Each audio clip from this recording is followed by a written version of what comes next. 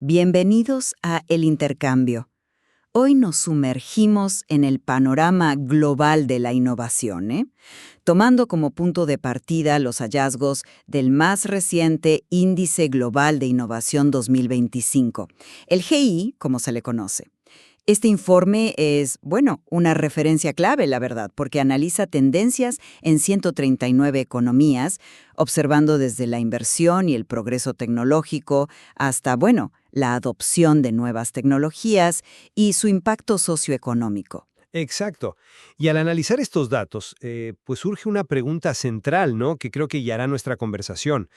¿Estamos viendo un escenario global de innovación, digamos, mayormente positivo y resiliente, como podrían sugerir ciertos avances tecnológicos y el dinamismo de nuevas economías emergentes que destaca el propio GI 2025? O por el contrario, deberíamos prestar quizás más atención a ciertas señales de advertencia. Me refiero a la desaceleración en inversiones clave como la investigación y desarrollo, la I+D, o a una adopción tecnológica que parece desigual, ¿no? Y que podría indicar una fragilidad subyacente en todo este ecosistema global. Hay que decir que toda nuestra discusión se basará estrictamente en los datos y análisis presentados en este informe del GII. Así es. Y bueno, yo me inclinaré a interpretar los datos con mayor cautela, digamos, poniendo el foco en esas señales de desaceleración y también en las disparidades que persisten, ¿no? Las cuales creo que matizan una visión quizás excesivamente optimista. Entendido. Por mi parte, argumentaré que la evidencia general del informe, si bien tiene sus matices, claro, apunta hacia un progreso continuo y sobre todo a una creciente y, yo diría, saludable diversificación en el panorama de la innovación a nivel mundial. Bueno, permíteme empezar exponiendo por qué veo el vaso medio lleno. El GI 2025, en mi lectura, presenta un cuadro general, pues, alentador.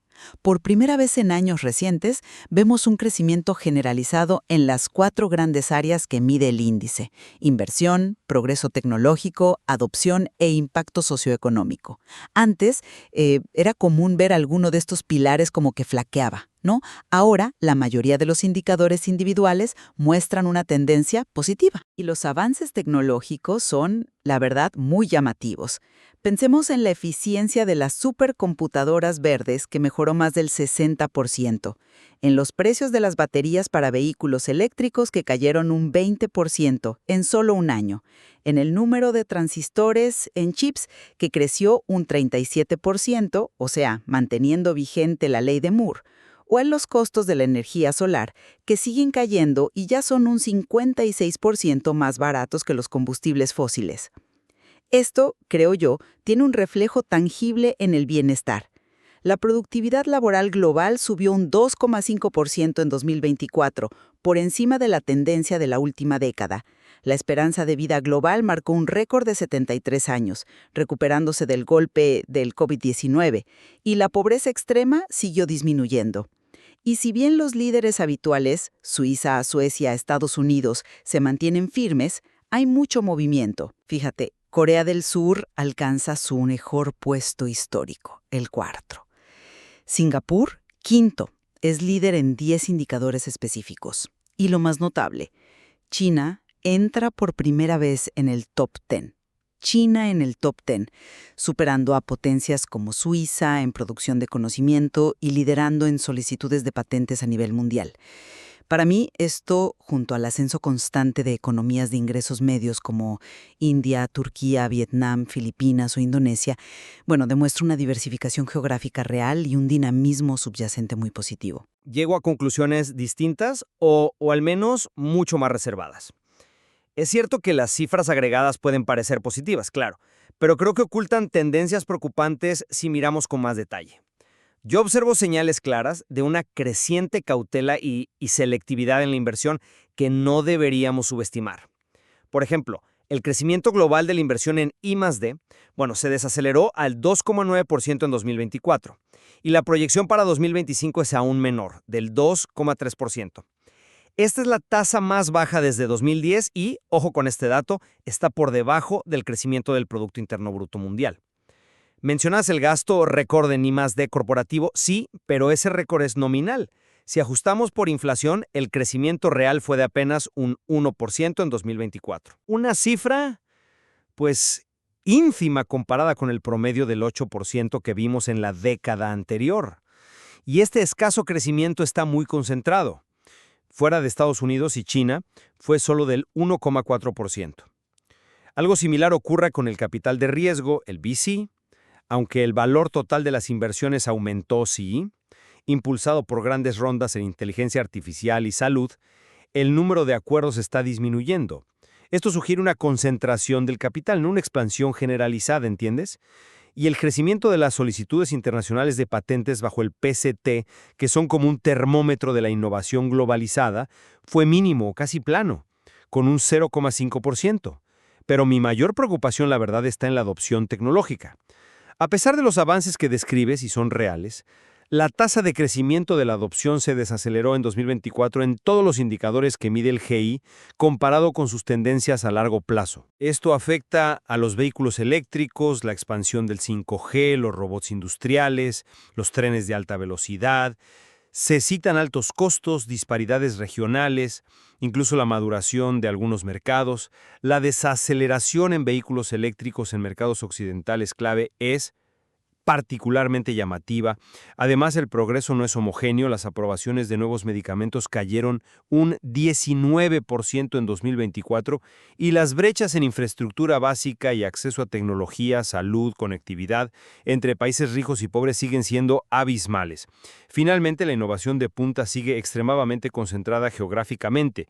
Los 100 principales clústeres científico-tecnológicos acaparan cerca del 70% de las patentes PCT y de la actividad de VC. Solo un clúster africano figura en ese top 100. Por tanto, aunque reconozco los puntos positivos, veo como que demasiadas señales de alerta como para compartir un optimismo generalizado. Comprendo la preocupación por la desaceleración del crecimiento en I+D, claro, pero ¿no deberíamos valorar también que el gasto corporativo global alcanzó, a pesar de todo, una cifra récord de 1,3 billones de dólares? Digo, indica que las empresas, en agregado, siguen apostando por la innovación. Además, la producción científica, medida en publicaciones, sigue creciendo a buen ritmo, un 5,6% anual. Y el capital de riesgo, aunque más selectivo, como dices, no está fluyendo precisamente a sectores estratégicos y de alto impacto futuro como la IA y la biotecnología. La concentración geográfica en polos como Asia y Norteamérica quizás podría verse como una señal de dinamismo en esas regiones, ¿no? China, por ejemplo, ya es el segundo país en gasto total de I+D y su sector privado es cada vez más protagonista global en inversión y desarrollo. Quizás no es tanto una contracción, sino una reorientación estratégica de la inversión hacia donde se percibe mayor potencial disruptivo. Disculpa, pero esa interpretación no me convence del todo. Insisto en que el crecimiento real del gasto corporativo en I+D, apenas un 1%, es una señal de alarma significativa cuando venimos de un promedio del 8%. Es que es una caída drástica en el ritmo de inversión. Y la concentración sectorial es clave. No es una reorientación estratégica generalizada, sino que responde a dinámicas muy específicas. Las empresas de TIC, software y farmacéuticas aumentan su inversión. Sí, de acuerdo. Pero sectores industriales tradicionales, como el automotriz o el de bienes de consumo, están recortando drásticamente sus presupuestos de I+D, a menudo forzados por caídas en sus ingresos. Eso no suena a estrategia, suena a dificultad. Además, la disminución en el número de acuerdos de capital de riesgo me parece preocupante porque revierte una tendencia positiva que habíamos visto hacia una mayor diversificación sectorial en 2021-2022. Ahora el dinero parece volver a concentrarse en unas pocas apuestas seguras o de moda, digamos. Y un crecimiento de solo el 0,5% en las patentes internacionales PCT, pues llamarlo frágil es ser generoso. Es prácticamente un estancamiento. El clima de inversión me parece, francamente, mucho menos robusto de lo que planteas. Hablemos entonces de la relación entre el progreso tecnológico y su adopción. A ver, los avances son innegables, como mencionaba antes. La mejora en eficiencia de supercomputación, más del 65%. La caída en precios de baterías, 20% menos. El abaratamiento drástico de la energía solar, un 90% menos desde 2010. Son cambios con un potencial transformador real. Respecto a la adopción, es cierto que las tasas de crecimiento porcentual disminuyen, pero ¿no es eso en parte esperable? Conforme una tecnología madura y su base instalada crece, es matemáticamente natural que el crecimiento porcentual se modere.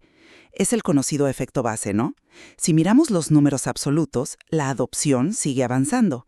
El parque mundial de vehículos eléctricos creció un 45% en un solo año, sumando 18 millones de unidades. La red 5G ya ofrece cobertura a la mitad de la población mundial. Entonces, interpretar una menor tasa de crecimiento como un fracaso o una barrera insalvable quizás sea un poco precipitado. ¿No podría ser simplemente una señal de maduración en algunos mercados? Es un argumento válido, claro. El efecto base existe.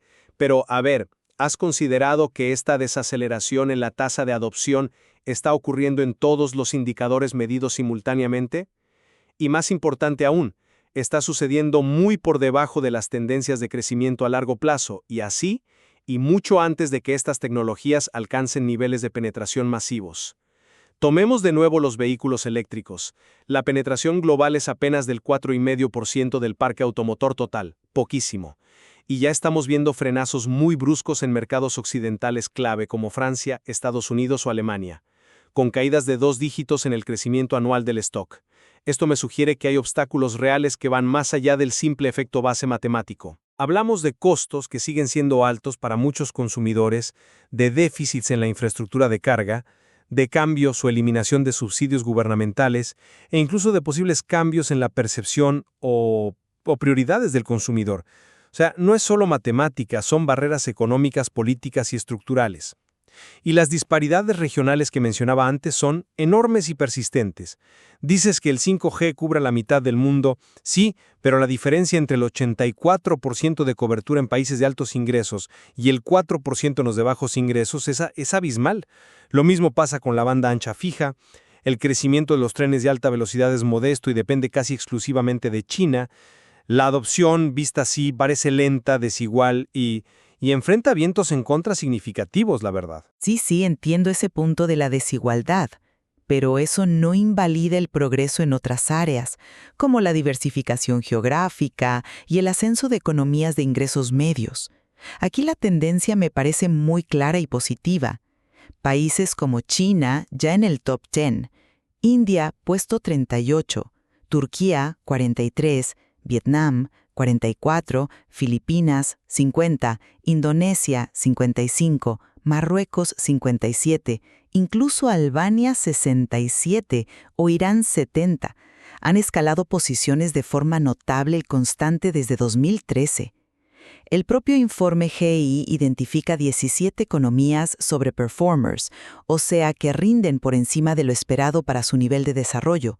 India y Vietnam llevan 15 años consecutivos en esa categoría, lo cual indica una trayectoria sólida. Y es muy significativo, creo yo, que África subsahariana sea la región con más sobreperformers este año, 6 países, mostrando un dinamismo emergente donde antes había más estancamiento, ¿no? Y el hecho de que la región de Asia Central y del Sur supere por primera vez a América Latina y el Caribe en el promedio regional del GI también marca un cambio tectónico, diría yo, en la geografía de la innovación. Además, vemos nuevos clústeres entrando en el top 100 global como Dublín, Ciudad de México u Oslo, representando economías y ciudades que antes no estaban en ese mapa de élite. ¿No es esto una clara señal de diversificación? Abordo esto desde una perspectiva diferente. Reconozco el progreso individual de ciertas economías, claro que sí, pero la diversificación real a nivel sistémico me parece todavía limitada. Y la concentración sigue siendo la norma. Muchas economías, por ejemplo en América Latina, siguen atrapadas en lo que el informe denomina la brecha input-output. Invierten recursos en educación o crean políticas de innovación, sí, pero fallan en traducir eso en resultados tangibles como patentes, exportaciones de alta tecnología o nuevas empresas innovadoras. A menudo esto se debe a debilidades en el ecosistema, falta de conexión entre universidades e industria o rigideces institucionales. Y geográficamente la concentración es aún más evidente si miramos dónde se produce la innovación de vanguardia. China, con 24 clústeres, y Estados Unidos, con 22, acaparan casi la mitad de los 100 principales clústeres de ciencia y tecnología del mundo. Casi la mitad entre dos países. Los 10 primeros clústeres generan ellos solos el 40% de las patentes PCT globales y el 35% de la actividad de capital de riesgo.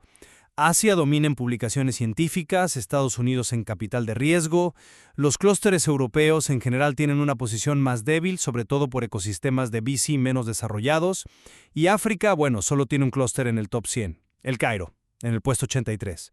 Entonces sí, hay casos de éxito notables y es bueno ver nuevos actores emerger, pero hay que mirar más allá de los rankings individuales y reconocer los enormes desafíos estructurales que enfrentan la mayoría de las economías para escalar sus ecosistemas y sobre todo para pasar de la investigación a la comercialización efectiva.